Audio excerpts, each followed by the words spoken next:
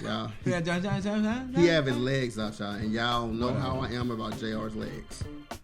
I don't know how they know. I don't know how they know, because I don't know. But anyway, neither here nor there. I'm gonna tell him, and I'm gonna tell him it's a secret. Y'all can't hear the secret though. Man. Anyway, deep dive. Let's go.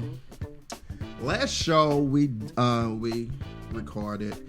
I was talking about this wonderfully new relationship and this guy I was getting to know and how it was like the best thing ever, and I was happy and he was happy and we was just doing it. Well, of course, as y'all know, that show never came out. Because before I could make a fool of myself and give him the world and let everybody know that he was this type guy, I guess I kind of lived the catfish. Can you say that though?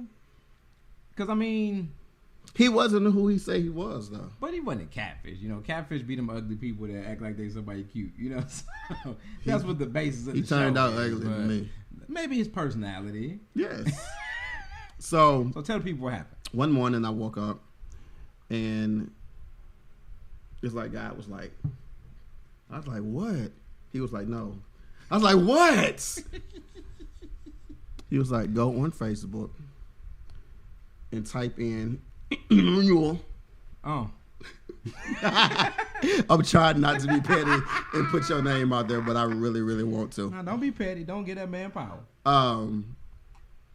I typed it in, and to me, he didn't have a social media because nothing came up. But I have a friend on Facebook whose picture popped up. So I was like, why would Manny Pacquiao put it like that? Manny, why would that name pop up? Well, why would this picture pop up when I type in this person's name? Clicked on the picture.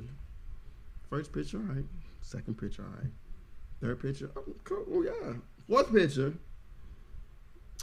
You know, whenever someone has blocked you, but you go to somebody else's profile, their name is not highlighted, but it still come up. Yeah.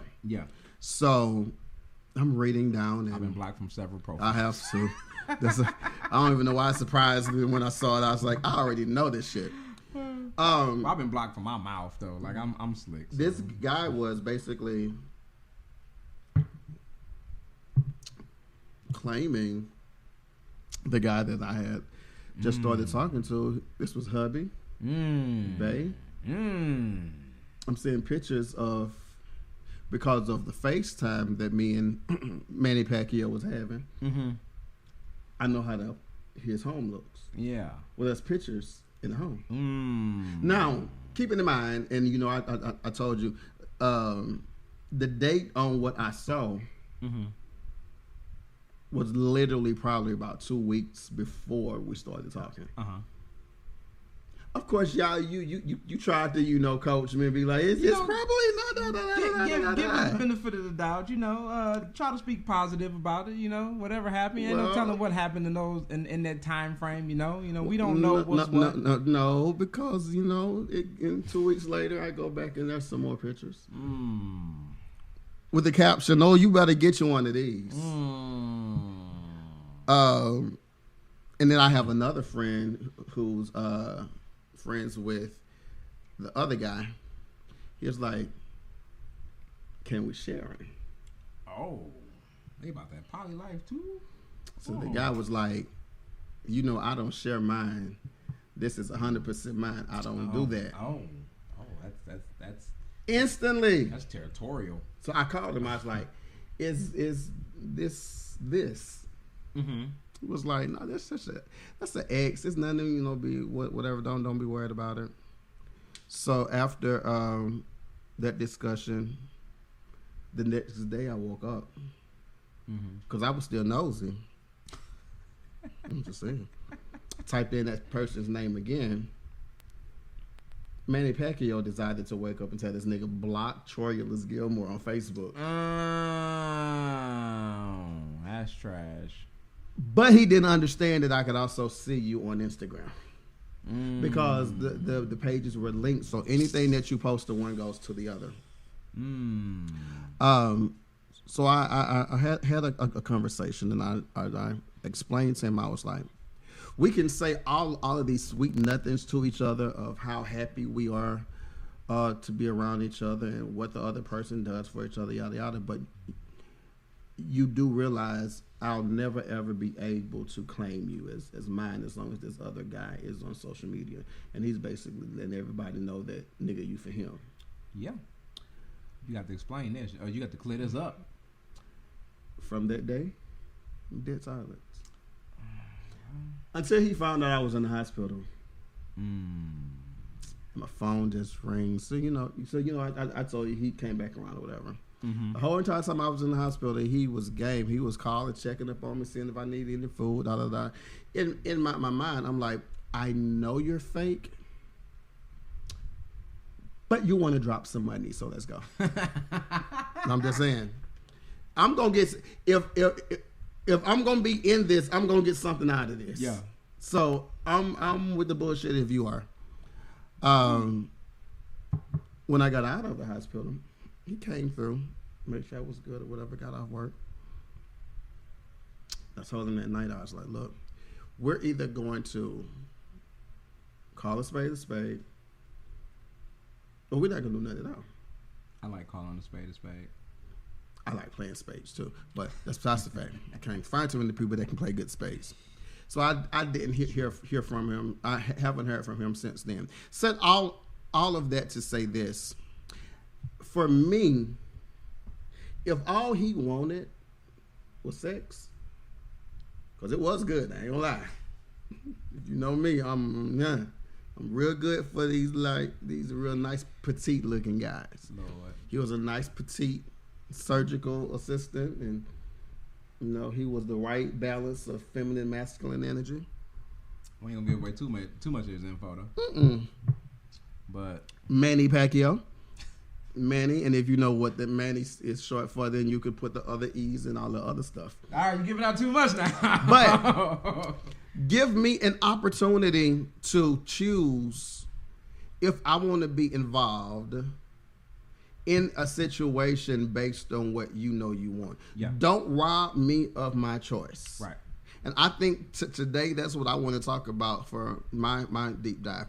Don't rob me. Let me decide if I want to be in your life because you just want some D, or let me decide that I want to be in your life because you want a relationship. Don't choose for me, because once you choose for me, I lose all respect for you. Because the thing is this. Number one, I told him off top. Shout out to Hinged. We met on Hinge, whatever. But give me the opportunity. If you know coming into this, first and foremost, stop lying on your profiles. Yeah. Don't say on your profile you looking for this, and that, and within the first 5 to 10 minutes of a conversation, you ask me for a dick pic. Oh, so yeah, you already on one. Yeah. And that's not even just for the LGBTQIA ABCDEFG community.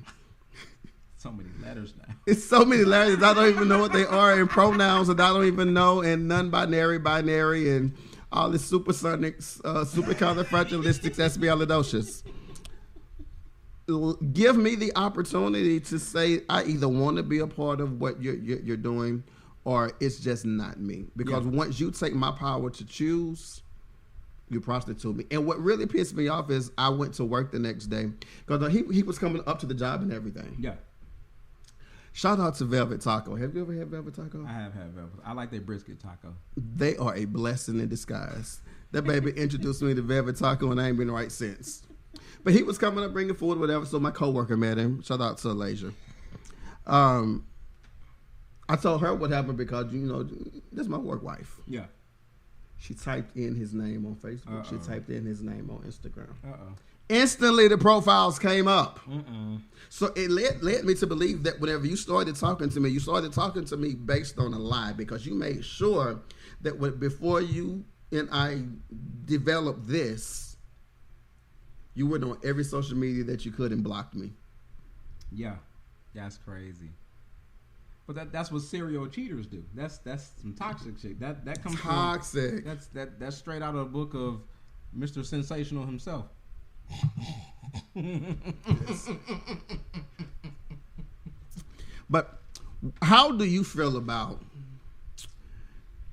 being robbed of the opportunity to choose? I hate it. And I hate it for anybody that I'm involved with personally. I like to be transparent about things. Mm-hmm. Even if it's hard, sometimes you got to do it.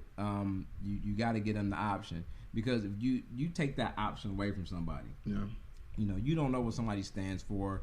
You don't know if, they have the mental capacity to deal with you. Facts. Dealing with somebody else. And that's a like when you're dealing with the poly life, you got to know these things. Huh? You're poly?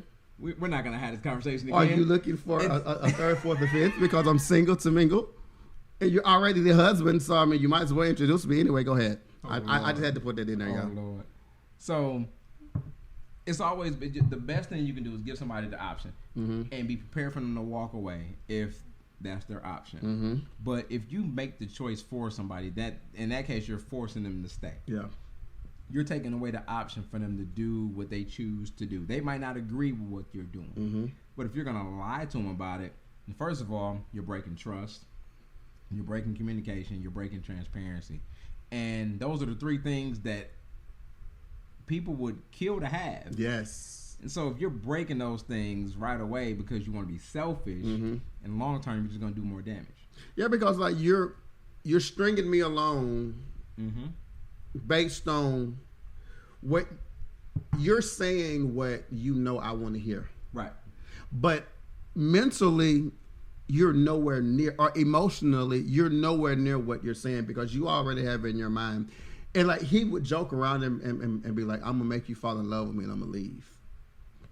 He wasn't playing about that. But you know what though? I took it as a ha ha ha. You're so funny because you're saying everything else right. To where what you're saying now, ha ha ha, you're funny. No, ha ha ha, nigga, you was telling the truth the whole damn time. He a Sagittarius? Damn. I don't know, he a nigga. That's what I call him. Sound like some Sagittarius. When is his birthday? Nigga, 2001. Because that's what he ended up being. And I know he followed me on all my social media, including TikTok. So you will see this video and you will hear it on the podcast. Oh wow. Well, you heard it here first, folks. And it's only right. There are people and I've learned within the short 41 years of my life there are people who are going through things. I started to Kevin Hershey right there. Shut up. By the way. Go ahead, continue. No. Let's start over. So within this short 41 years of my life, if you weren't laughing so much, you would do it. I'm not gonna do it. It sounds like having audience like, damn. God damn. Nah, go ahead. You learn that there are people who may go through something like this. And if they are not ready for it and not knowing how to handle it, will completely take them out. I think some of the best men or some of the best females for relationships become the total opposite because they go through something like this and they don't know how to deal with it. Yep.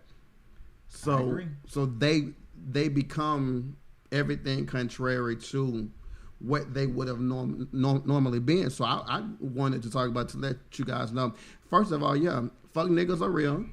Oh, they completely real. They are 100%. I used to be one. I own it. I definitely was. I was a fuck nigga. How good were you? I was great. I got lessons from some of the best women. That's the point. Lessons will make a big difference. Well, no, I learned how to be a fuck nigga from women. Lessons in some cases are not the best. Are not the best thing. That was it. But I also learned how to get out of it. Yeah. So now I'm complete 180. Like I prefer to be open and honest. I prefer to be transparent. I prefer to give people the option to deal with me or not deal with me based on circumstances. Like I've broken too many hearts in the past. I mean, I was Georgie Porgy. Kiss the girls and make them cry. Man, God dog it. But yeah, so I'm a lot better now because of those circumstances and those experiences. But some people just never get out of that.